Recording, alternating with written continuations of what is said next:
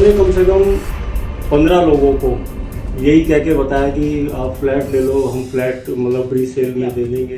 हाँ, उसने डीडीए का आई कार्ड था बाकायदा उसके पास में, तो इसीलिए ना कोई कंप्लेंट हुई ना कोई एफआईआर हुई। हम 15-16 लोग थे, आपस में सारे एकजुट होकर मिलने गए थे। पुलिस वालों से रिक्वेस्ट भी करी कि इनको इसके खिलाफ एफआईआर भी की जाए, लेकिन नहीं, कुछ नहीं हुआ। एक तो उसमें ऐसा था कि प्रॉपर्टी डीलर का नाम लगा रखा था, मैंने वो कैमरा लगा के बातचीत करी उससे जी। तो उनमें से वो जो जिसने फ्लैट के लिए बोला था उसी का दोस्त निकला।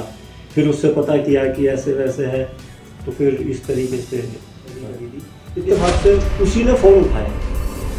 तो जब वो फ़ोन उठाया तो मैं उसकी आवाज़ पहचान गया। तो जब मैं आवाज़ पहचान गया फिर ऐसी तरीके से मतलब कैसी मतलब थोड़ा सा मैं ये बोल रहा हूँ, इस तरीके से बोल रहा हूँ, तो उस मतलब उसने एक प्रॉपर तरीके से उसने मतलब एड्रेस बता दिया अपना कि मैं यहाँ पे रहता हूँ। सुबह मैं 4 बजे निकला था मैं और मेरी मुझे उस एड्रेस पे मैं बाहर खड़ा हुआ था। वो करीब उसका 1.25-2 घंटे के करीब मैंने इंतज़ार किया। वो बाहर दूध लेने आया, वो मेरे को देख के भाग गया। तो जब घर जाया फिर उसके बाद मैंने कहा वो जैसे ही घर पे जाए तुरंत उसको मारपीट कर देना उसके साथ में। फिर इस तरीके से हुआ, फिर उसको पकड़ा, काफ़ी मारा पीटी भी करी।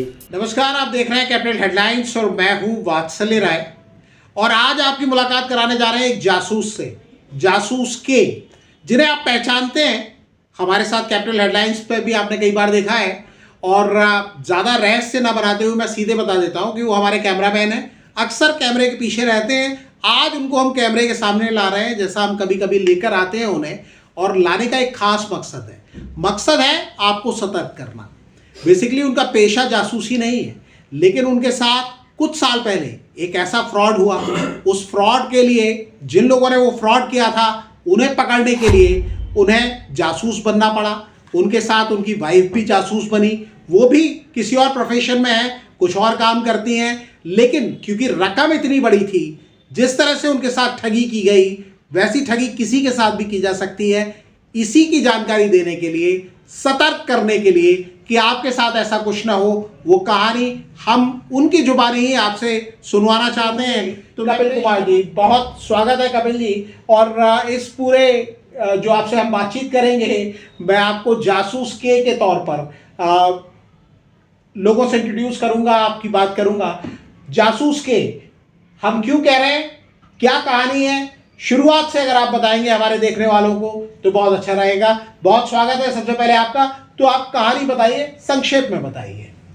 देखिए, मैं कोई जासूस तो हूँ नहीं, लेकिन सिचुएशन ऐसी हो गई कि मेरे को अपने आप ही मतलब कुछ सोच कर ये कदम उठाना पड़ा, डिटेक्टिव बनना पड़ा। मतलब आप करमचंद जैसे या शर्लॉक होम्स जैसे या और दूसरे जितने भी फेमस जासूस हैं वैसे आप जासूस नहीं हैं, आप ये कहना चाहते हैं। लेकिन हालात ऐसे थे, क्योंकि जब आप पुलिस के पास गए पुलिस ने आपकी बात नहीं सुनी। जब आप लोगों से मदद मांगने गए वो मदद करने को तैयार नहीं हुए, तो आपको खुद जासूस बनना पड़ा। कहानी क्या थी, शुरुआत आप यहाँ से बताइए। क्या चीटिंग आपके साथ हुई, मुद्दा क्या था, मामला क्या था? ये मुद्दा एक लालच टाइप का था। एक हमारे जानने वाले थे, वहाँ पे कोई आया कि आपका फ्लैट निकल चुका है, तो आप भी कुछ लोगों को बोल सकते हो, लोगों को फ्लैट दिलवा सकते हो। मतलब ये दिल्ली का मामला था। दिल्ली में जैसे आप जानते हैं कि अथॉरिटीज, डीडीए जैसे दिल्ली डेवलपमेंट अथॉरिटी, मेरे ख्याल से पूरा नाम यही है, डीडीए की तरफ से फ्लैट्स बनाए जाते हैं सरकारी, और वो ड्रॉ के माध्यम से निकलते हैं। तो कई लोग जिनका ड्रॉ निकल आता है वो रीसेल पर उन फ्लैट्स को बेच देते हैं। तो ऐसा ही एक ऑफर कपिल कुमार के पास भी आया, ऐसा ही, यही मैं सही समझ रहा हूँ ना? हाँ, यही था। हमारी धर्मपत्नी जी के पास में वो उनका मिलना जुलना था। एक आंटी जी थी हमारी, तो उनके पास आना जाना था। उन्होंने कहा कि मेरा फ्लैट निकला है, मैं आपका भी निकलवा दूंगी। तो हमारी वाइफ लालच में पड़ गई, तो सोचा। आंटी जी की एज क्या थी? आंटी जी की एज 60+ थी। ये लालच का मामला था या विश्वास का मामला था? क्योंकि आपने बताया कि जिस अमाउंट का, फ्लैट का जो अमाउंट आपसे लिया गया या मांगा गया, बाजार में भी फ्लैट की कीमत लगभग उतनी थी जैसा आपने ऑफ कैमरा मुझे बताया था। क्या ये बात सही है? हाँ उतनी कीमत थी उसकी, 2 से 3 लाख की। मतलब एक अलग अमाउंट आप बता रहे हो जो आपने दिया, लेकिन फ्लैट की जो बाजार की कीमत थी लगभग आपको उतना ही बताया हाँ, गया। उतने तो ये बताया। मामला उतने लालच का नहीं था, बल्कि ज्यादा फ्रॉड का था। और एक उम्र दराज आंटी की बातों में आपकी पत्नी आई या आपका परिवार आया, फिर क्या हुआ? उन्होंने कम से कम 15 लोगों को यही कह के बताया कि आप फ्लैट ले लो, हम फ्लैट मतलब प्री सेल में दे देंगे या उसमें दे देंगे। फिर उसने मतलब जब काफ़ी सारे फॉर्म भर दिए तो उन्होंने हमें एक जो स्लिप होती है उस अमाउंट की स्लिप काट के दे दी। क्या आंटी काम करती थी अथॉरिटी में, या कैसे वो दिला रही थी, ये भी जरा बताइए विस्तार से, क्योंकि लोग संक्षेप में समझ नहीं पाएंगे। आंटी के पास में कोई आया, एक फॉर्म लेके आया कोई कि जी मतलब उस एड्रेस पे कि आपका मतलब फ्लैट निकल चुका है, क्या इस नाम के यहाँ पे कोई रहते हैं? तो उन्होंने कहा कि नहीं, इस नाम का तो कोई नहीं रहता यहाँ पे। तो फिर ऐसा है कि मैं यहाँ पे आया हूँ, तो आप अगर इंटरेस्टेड हैं तो मैं आपका फ्लैट निकलवा सकता हूँ। तो वो जो आदमी आया था, क्या वो अपने आप को डीडीए का कर्मचारी बता रहा था या क्या बता रहा था? वो कौन था, उसका परिचय भी आप दीजिए। हाँ, उसने डीडीए का आई कार्ड था बाकायदा उसके पास में। उसका नाम उसमें मतलब नाम कुछ और था आई कार्ड में, और उसका एक्चुअल नाम कुछ और था। तो ये कितने साल पुरानी कहानी है? ये सन 2012 की बात। 2012 की, यानी 12-13 साल गुजर चुके हैं। आप भी उस समय काफी यंग रहे होंगे। तो उसके बाद इन आंटी ने आपको अप्रोच किया, यानी आपकी फैमिली को अप्रोच किया, आपकी वाइफ को अप्रोच किया जी। तो उन्होंने फिर वो स्लिप दी। फिर उसके बाद में एक अलॉटमेंट लेटर लेके आए, एक फिर वो चाबी भी दी, ताला खोल के दिया कि ये आपका अलॉटमेंट लेटर है और साथ में ये इस तरीके से आपको ये दिया जा रहा है। मतलब आपको बकायदा फ्लैट दिखाया गया जी। और ये दिखाया गया कि ये फ्लैट आपका हो गया। फिर आपको कैसे पता चला कि ये फ्रॉड है? फिर बाद में पता चला कि उसका ये कि ना तो पोजेशन एक लेटर आता है जी। तो सबने पूछा, मेरे फादर ने भी पूछा कि भाई इसका क्या है। और वहाँ पे गए तो एक पड़ोसी आया कि वो कि जी ये तो हमारे पड़ोसी हैं, ये आपका कैसे अलॉट हो सकता है? तो उन पड़ोसी से पता लगा कि मतलब आपके साथ चीटिंग हो गई है। चीटिंग हो गई है। उससे यानी कुल मिला के मैं अपने देखने वालों को बता देता हूं कि इनके परिवार का मुलाकात एक आंटी से थी। उन आंटी के पास एक सज्जन पहुंचे जिन्होंने बताया कि मैं डीडीए का व्यक्ति हूं, और वो किसी और का नाम लेकर गए थे कि इनके नाम से फ्लैट निकला है। तो आंटी ने बताया कि हम तो यहाँ किसी को जानते नहीं हैं, आसपास भी ऐसा कोई नहीं रहता। वहाँ तफ्तीश की गई और पता चला कि ऐसा कोई व्यक्ति नहीं रहता था।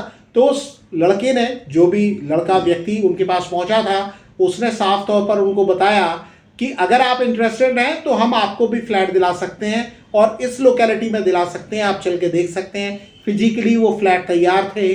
वहाँ उस व्यक्ति ने अपना आई कार्ड भी दिखाया, अपने आप को वहाँ का एम्प्लॉय बताया, जो बाद में पता चला कि वहाँ का एम्प्लॉय नहीं था, केवल वो चीटिंग कर रहा था, वो फ्रॉड कर रहा था। आंटी से उन्होंने कहा कि आप और लोगों को भी अपने साथ ला सकते हैं जिनका इंटरेस्ट हो। तो वो तमाम लोगों को आंटी ने जैसे कन्विंस किया, आंटी खुद भी ले रही थी, तो उनके मिलने जुलने वाले तमाम लोग उन पर भरोसा करते हुए उसमें जुड़ते गए, तो एक चेन बनती गई। मैं सही कह रहा हूँ कपिल कुमार, क्या ऐसा ही हुआ था? हाँ, ऐसा ही हुआ था हमारे साथ। फिर उसके बाद आगे क्या हुआ?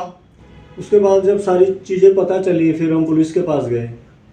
तो अब वो व्यक्ति अभी आपके अप्रोच में था जिसने आपको फ्लैट बेचे थे, फ्रॉड किया था जिसने उस समय? जी हाँ, उस समय तक था वो।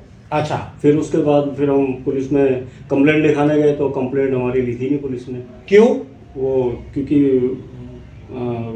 कोई पुख्ता सबूत नहीं था, कोई मतलब कोई पक्का वो नहीं था ना। जो आपने पैसे दिए थे आपके पास, उसकी कोई रिसीविंग नहीं हाँ, थी? उसकी कोई रिसीविंग नहीं थी जी। फिर तो इसीलिए ना कोई कंप्लेंट हुई, ना कोई एफआईआर हुई। हम 15-16 लोग थे, आपस में सारे एकजुट होकर मिलने गए थे। पुलिस वालों से रिक्वेस्ट भी करी कि इनको इसके खिलाफ एफआईआर भी की जाए, लेकिन नहीं, कुछ नहीं हुआ। इसलिए नहीं हुआ क्योंकि इनके पास कोई पुख्ता रसीद, ऐसी रसीद नहीं थी। रसीद थी, शायद आपके पास रसीद थी, लेकिन वो कच्चे पेपर्स थे। और क्योंकि ये देख रहे थे कि सामने फ्लैट है, पोजीशन इनको मिल रहा है, तो इन्होंने ज्यादा फिक्र नहीं की। तो इस वीडियो में हम आपको यहां बताते चले कि आपको बताने का मकसद ये कहानी केवल ये बताना नहीं है कि कपिल कुमार कैसे जासूस बने, वो तो ये आगे बताएंगे। आपको ये अलर्ट करना भी है कि जब भी आप कोई पैसे का लेन देन करते हैं तो बकायदा सही रसीद, जो वैलिड रसीद हो। मान लीजिए भविष्य में आपको जरूरत पड़े, पुलिस के पास जाकर कंप्लेंट कराने की जरूरत पड़े, तो आपके पास ऐसा कोई पुख्ता सबूत हो, ये आपके पास होना चाहिए। ये कहानी आपको बताने का, सुनाने का, दिखाने का एक मकसद ये भी है। इसके आगे क्या हुआ जब पुलिस ने आपको कह दिया कि हम आपकी कंप्लेंट नोट नहीं कर सकते? तो जितने भी सारे नंबर थे वो मैं पुलिस के पास लेके गया। मैंने कहा सर इस नंबर से फ़ोन आया हमारे पास में, आप मतलब खुद अगर आप कंप्लेंट नहीं कर सकते तो आप इन नंबरों को ट्राई करके उससे मतलब सर्विलेंस पे लगा सकते हैं, सर्विलेंस पे लगा सकते हैं, आप खुद भी बात कर सकते हैं। तो उन्होंने भी कोई ध्यान नहीं दिया, कोई सपोर्ट नहीं करी। अच्छा, फिर उसके बाद मैंने उनसे रिक्वेस्ट करी कि आप इनकी कॉल डिटेल निकाल के आप मेरे को दे सकते हैं तो आप दीजिए। फिर उन्होंने कहा कि यार काफ़ी परेशान हो रहे हो आप लोग, मैं कुछ वैसे तो मतलब कुछ कर नहीं सकता तुम्हारे लिए, क्योंकि तुम इतने सारे लोग हो, तो एक की तो मैं कंप्लेंट लिख नहीं सकता, क्योंकि किसी के पास में भी कोई पेपर नहीं था, कुछ नहीं था। तो मैंने उनसे पैसे देने का कोई सबूत नहीं था। फिर मैंने रिक्वेस्ट करी तो उन्होंने मेरे को 2-3 नंबरों की कॉल डिटेल निकाली। तो मैंने फिर जो नंबर मिलते चले गए मेरे को, जो कंटिन्यू मतलब वो थे, मैंने फिर उन्हीं नंबरों पे फ़ोन करना शुरू करा। मैंने भी यहाँ से कपिल कुमार जासूस के रूप में आए और यहाँ से इन्होंने जासूसी करना शुरू किया। कॉल रिकॉर्डर मैंने फ़ोन लिया, फिर एक पैन कैमरा उस समय आता था, शायद अभी भी आता होगा या कुछ भी है, फिर मैंने पैन कैमरा लिया। पैन कैमरा मतलब जेब में जो पैन लगा लिया जाता है फिल्मों में जो दिखाया जाता है जी, वो मैंने मार्केट से लिया। फिर जैसे जैसे वो मतलब एक लोगों से बातचीत होती रही, तो फिर मतलब ऐसी जाके, जैसे एक तो उसमें ऐसा था कि प्रॉपर्टी डीलर का नाम लगा रखा था, मैंने वो कैमरा लगा के बातचीत करी उससे जी। तो उनमें से वो जो जिसने फ्लैट के लिए बोला था उसी का दोस्त निकला। फिर उससे पता किया कि ऐसे वैसे है, तो फिर इस तरीके से था। इसके बाद आप पता करते रहे, फिर आगे क्या हुआ? एक बार आपने उसको ट्रैप भी कर लिया था, वो भी जरा हमें बताएं, कैसे किया, क्या किया? मैंने फ़ोन किया उस पर, तो जो नंबर था, जिस नंबर से वो बात करता था, कंटिन्यू जो बात करता था, वो उसकी वाइफ का फ़ोन निकला। तो एक दिन शाम को करीब 8-9 के बीच में मैंने उसी नंबर पर फ़ोन किया, तो इत्तेफाक से जिसने फ्लैट के नाम पे धोखाधड़ी करी थी, इत्तेफाक से उसी ने फ़ोन उठाया। तो जब वो फ़ोन उठाया तो मैं उसकी आवाज़ पहचान गया। तो जब मैं आवाज़ पहचान गया, फिर ऐसी तरीके से मतलब कैसी मतलब थोड़ा सा मैं ये बोल रहा हूँ, इस तरीके से बोल रहा हूँ, तो उस मतलब उसने एक प्रॉपर तरीके से उसने मतलब एड्रेस बता दिया अपना कि मैं यहाँ पे रहता हूँ। फिर हम 3-4 दिन बाद उसके पास में मतलब उसके यहाँ पे गए 3-4 दिन बाद में।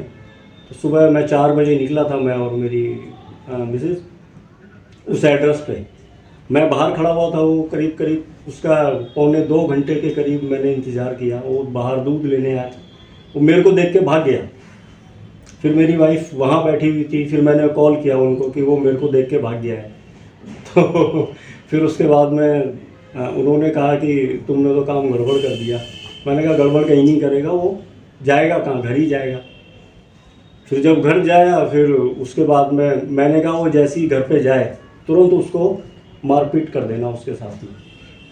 फिर इस तरीके से हुआ, फिर उसको पकड़ा, काफ़ी मारा पीटी भी करी, काफ़ी खून। तो बेसिकली कहानी ये हुई, मतलब ये थोड़ा सा आपको सुनने में शायद कंफ्यूजन लगे, मैं आपको बता देता हूँ एक बार फिर। कपिल कुमार को पहले पता नहीं चला कि उनके साथ फ्रॉड हुआ। वो आदमी इतना स्मार्ट था, पोजीशन इनको दे दिया। जब पोजीशन दे दिया, ये लोग घर के अंदर दाखिल हो गए। उसके बाद जो उस घर के पड़ोस में लोग रहते थे, उन्होंने कहा कि आपको ये मकान कैसे दिया जा सकता है, ये तो फला आदमी का है। जब इन्हें पुख्ता तौर पर जानकारी हुई कि इनके साथ फ्रॉड हो गया है, तो जिस आदमी ने वो मकान इनके साथ इनको फर्जी तौर पर बेचा था, वो गायब हो गया। उसके बारे में पता करने के लिए उन्होंने तमाम तफ्तीश की। पुलिस ने जब मदद नहीं की ऑफिशियली तौर पर, तो इन्होंने अनऑफिशियल रिक्वेस्ट किया और उसके कॉल डिटेल निकाले, और जिन नंबरों पर वो बात किया करता था उन नंबरों के बारे में जानकारी करना शुरू किया और धीमे धीमे उसके घर का पता भी इन्हें चल गया। और उसको ट्रैप करने के लिए जब ये पहुंचे अपनी पत्नी के साथ तो वो व्यक्ति इनके सामने आया, इनको देखकर फिर गायब हो गया। तो एक बार की इनको लगा कि इनके हाथ से तोता फिर उड़ गया है, यानी पंछी जाल में आके फिर उड़ गया है। तो उसके पीछे पीछे ये लोग घर पहुंच गए क्योंकि इस बार इनके पास एड्रेस था। लेकिन कहानी अभी खत्म नहीं हुई है क्योंकि कपिल कुमार को पैसे उसके बाद भी नहीं मिले। क्या हुआ कपिल कुमार उसके आगे? उसके बाद में फिर हमने सोचा कि किसी को बीच में लाया जाए, क्योंकि वो मुकर भी रहा था कि हमने नहीं लिया, क्योंकि हमारे पास में कोई सबूत नहीं था, तो मुकरना उसका जायज़ था। तो फिर हमने एक अपने जानने वाले को लिया बीच में। फिर उसके जो मकान, उसकी कीमत थी जो भी करीब 20 लाख के आसपास थी उसके मकान की कीमत, छोटा सा था। तो उसने रजिस्ट्री जो है हमारे किसी मिलने वाले को कर दी थी। तो हम भी भरोसे में रहे कि ठीक है हमारा पैसा तो हमें दे देगा, लेकिन वो पता नहीं आपस में क्या उनका मेल भगत हुई, वो भी हमारे हाथ से निकल गया। यानी उस आदमी ने कहा कि मेरे पास देने के लिए पैसे नहीं है, तो उन्होंने कपिल कुमार और इनके साथ जितने भी लोग थे जिनके साथ फ्रॉड हुआ था उन्हें लगा कि इसका मकान अपने नाम करा लेते हैं, अपना पैसा रिकवर कर लेंगे। तो एक वहाँ के मिडिल मैन थे, वो उस आदमी के समर्थन में आए, उन्होंने कागज़ तैयार करा दिए, लेकिन फाइनली वो भी इनके हाथ में नहीं लगा और कुल मिला के ये खाली हाथ रह गए। तो ये एक कहानी थी जिसके लिए इन्होंने बहुत पापड़ बेले।